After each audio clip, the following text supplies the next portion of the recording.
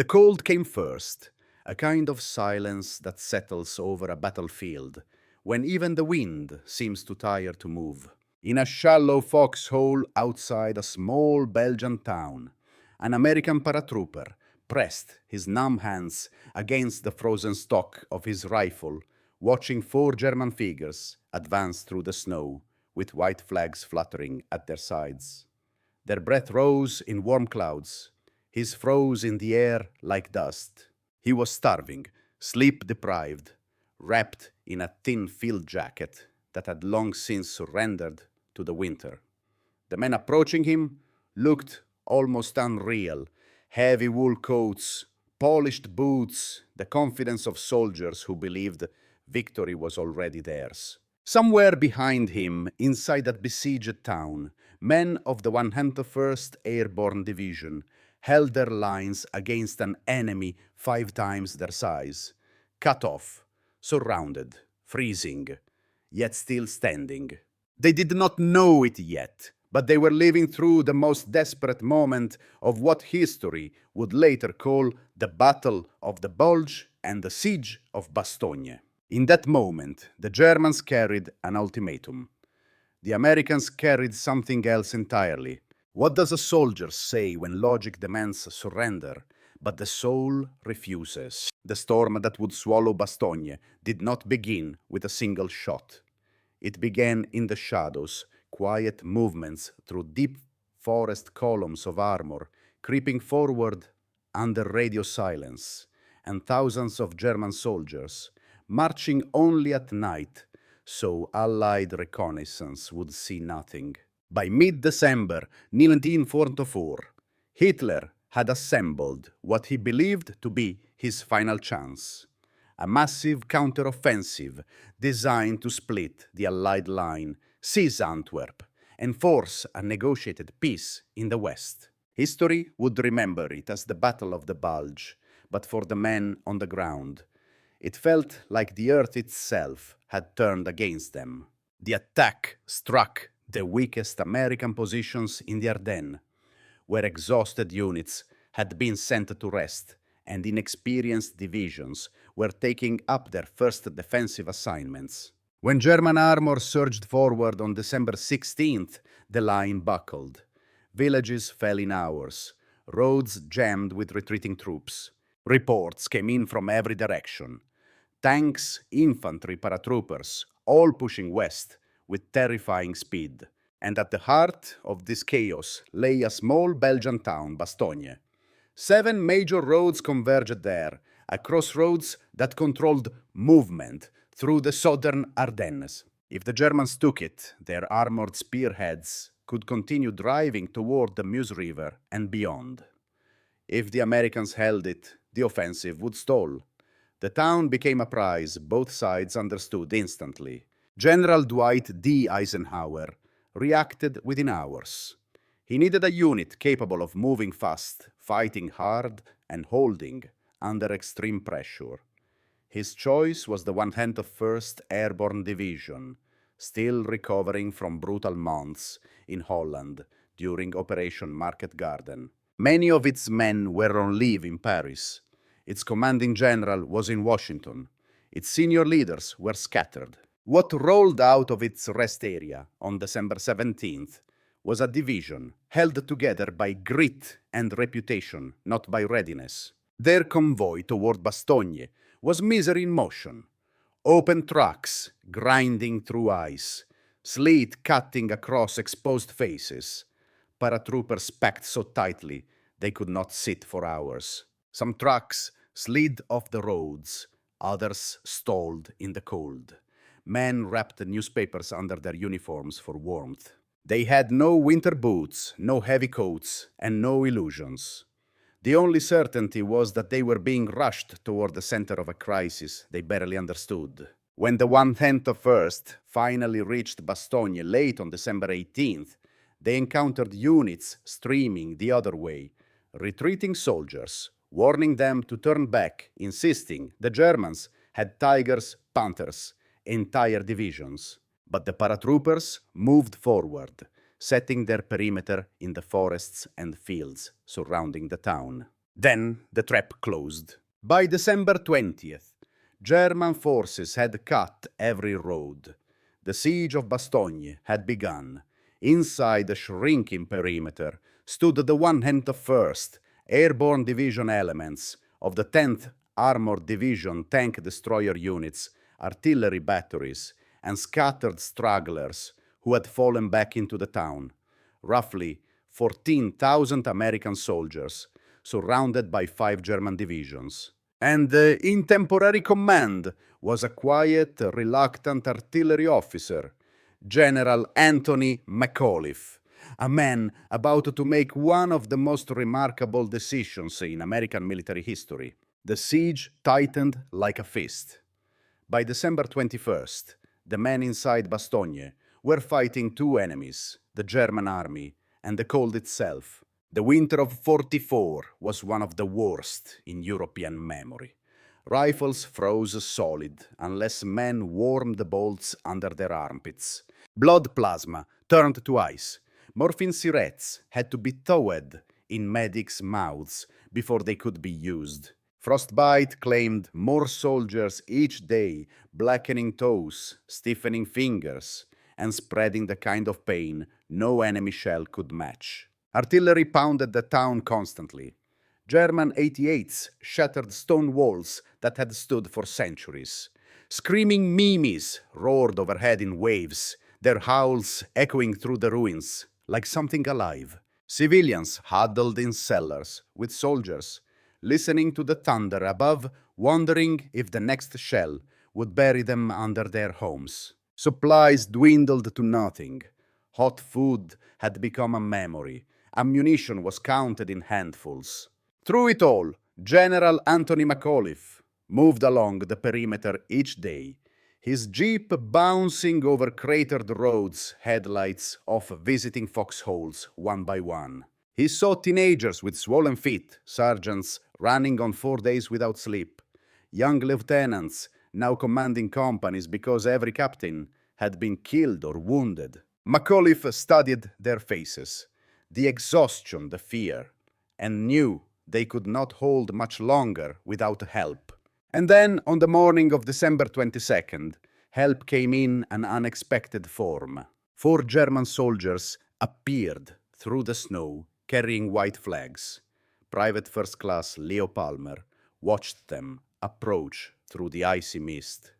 The German officers looked almost elegant in their long wool greatcoats, walking with the calm assurance of men who believed the battle was already won. One carried a briefcase. Inside was a typed ultimatum. The message passed upward through the American Lines Company to battalion, to regiment, to division, until it reached the basement where McAuliffe had been trying to rest for the first time in days.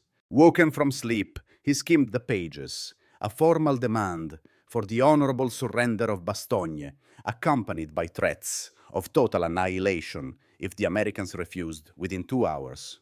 The Germans claimed overwhelming force artillery, anti-aircraft battalions, armored regiments, all poised to erase the 101st Airborne Division.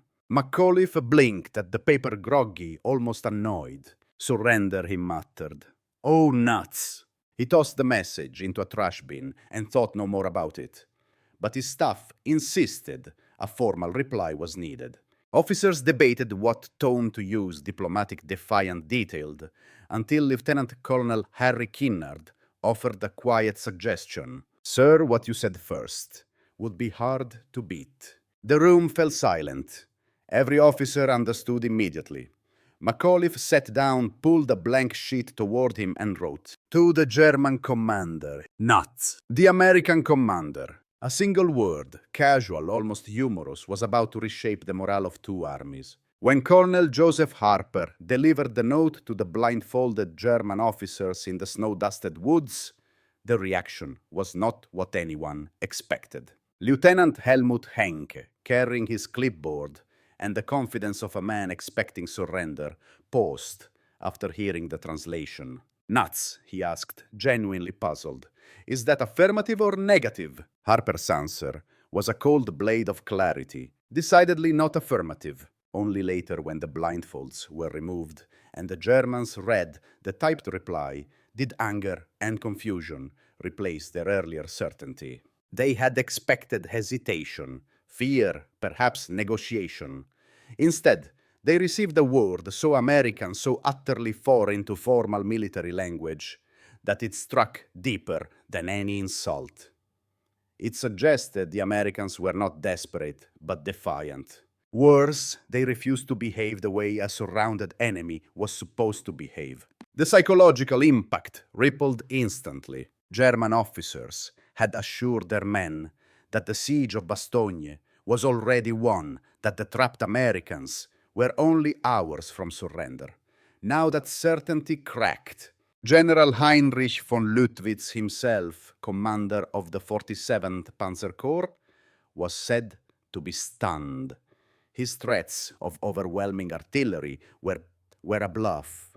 The guns had already been moved forward to support the broader thrust of the Battle of the Bulge. There would be no annihilating bombardment, no crushing finale. Instead, there was a single page bearing a single word, and a sudden realization that the enemy still had the will to resist. Inside the perimeter, the effect was the opposite. Word of the nuts reply swept through foxholes and ruined houses, faster than any supply drop. Soldiers who had been huddling over frozen rifles suddenly laughed. Some shook their heads in disbelief. Others simply felt something shift, like a weight, lifting a spark returning. As one paratrooper later wrote, the fear didn't disappear, but it got smaller. McAuliffe's refusal was more than defiance. It was leadership, a reminder that they were still the 101st Airborne Division, still Americans, still fighters. The Germans soon tested that resolve. On the night of December 24th, while Europe prepared for Christmas, the largest attack of the siege hit the American lines. Panzerlehr veterans struck from the west. Volksgrenadiers pressed from the northeast. Infantry advanced through forests thick with smoke and moonlit snow. Champs, tank destroyers, waited until German armor was within 300 yards before opening fire, turning the darkness into a strobe of muscle flashes and burning steel. Elsewhere, German paratroopers slipped through the trees, engaging in hand-to-hand combat when their rifles jammed in the cold. At Flamierge, a gap opened in the American line. If the Germans broke through, Bastogne would fall. With no reserves left, McAuliffe ordered a provisional company into the breach, cooks, clerks, mechanics, even walking wounded.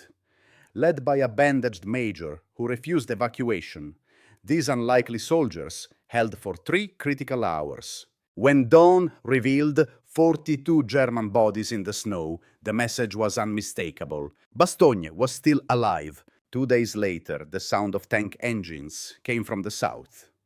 The 4th Armored Division broke through the German ring. The road was open. The siege of Bastogne had been survived not just by strength, but by spirit. News of the Nuts' reply did not stay inside the snowbound ruins of Bastogne.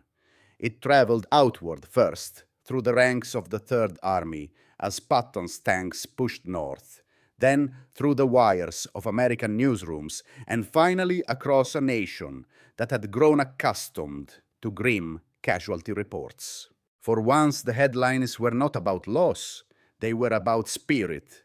Radio broadcasts recited the one-word reply with a mix of pride and disbelief.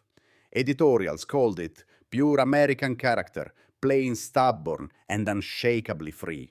Families wrote letters to General Anthony McAuliffe, thanking him for inspiring their sons at the front. School children sent drawings. One company famously offered to ship thousands of pounds of peanuts to Bastogne. In the American imagination, the siege of Bastogne became more than a tactical stand. It became the moment the nation realized that its citizen soldiers, cold hungry, surrounded, could match the resolve of any army on earth. Across the Atlantic, military leaders took note for different reasons. At West Point, Sandhurst, St. Cyr, and other Academy's officers studied the Battle of the Bulge with maps, casualty tables, and doctrinal lessons. Yet every lecture eventually circled back to morale, the intangible factor that could not be graphed. McAuliffe's decision was dissected, not as a tactical maneuver, but as an act of moral leadership, a demonstration of how conviction from the top can sustain a force under impossible pressure. The influence spread into future wars. During the Chosin Reservoir campaign in Korea, surrounded Marines spoke of giving them the Bastogne answer. In Vietnam, fire bases under siege invoked nuts as shorthand for refusing to withdraw. Even in later conflicts in Iraq and Afghanistan, soldiers painted the word on sandbags and blast walls, a connection across generations to a snowy Belgian crossroads held by men who simply would not break. The town of Bastogne itself carries the memory forward. Monuments line the square now named for McAuliffe. A Sherman tank still stands where it was hit, its scars preserved like scripture. In the Bastogne War Museum, visitors walk through immersive rooms that recreate the cold, the artillery, the desperation, and always at the climax, the ultimatum and the reply that stunned an army. Nations remember battles for different reasons: strategy, sacrifice, victory. But Bastogne endures because it revealed something older and deeper, the human will to resist when resistance seems hopeless. When the guns finally fell silent and the snow began to thaw, the soldiers who had endured the siege of Bastogne emerged not as symbols but as survivors. Many limped out on frostbitten feet. Others were carried out on stretchers. Their uniforms were torn, their faces hollow, their hands still trembling from days spent in frozen foxholes. Yet they had held against the 5 divisions, against hunger, cold, and despair, against an enemy convinced they were beaten. The crossroads remained in American hands, and with it, the momentum of the Battle of the Bulge shifted forever. But the legacy of Bastogne is larger than a turning point on a campaign map. It lies in the quiet courage of ordinary men, mechanics who became riflemen, medics who thawed plasma in their own mouths, clerks who fought in the dark with borrowed rifles. It lies in the leadership of General Anthony McAuliffe, whose instinctive refusal captured what the 101st Airborne Division already knew, that surrender was unthinkable. Morale is not a line in a manual.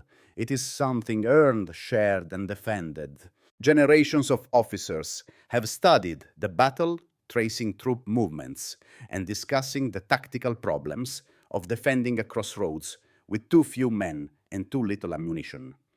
Yet they return again and again to the same lesson. Sometimes victory hinges not on numbers, but on will. The Germans had more tanks, more artillery, more supplies. The Americans had conviction and a single word that expressed it: nuts. 4 letters that carried the weight of a nation. 4 letters that told the world the men in Bastogne would endure whatever came next. 4 letters that echoed far beyond 1944 or into Korea, Vietnam, the Middle East, and into the memories of soldiers who faced their own moments of doubt and chose defiance instead.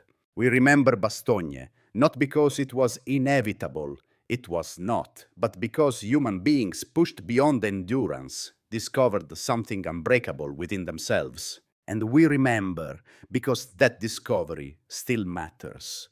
In a world that continues to test courage, judgment, and resolve, the story of that snowy Belgian crossroads reminds us that the smallest act of moral clarity can outlast armies.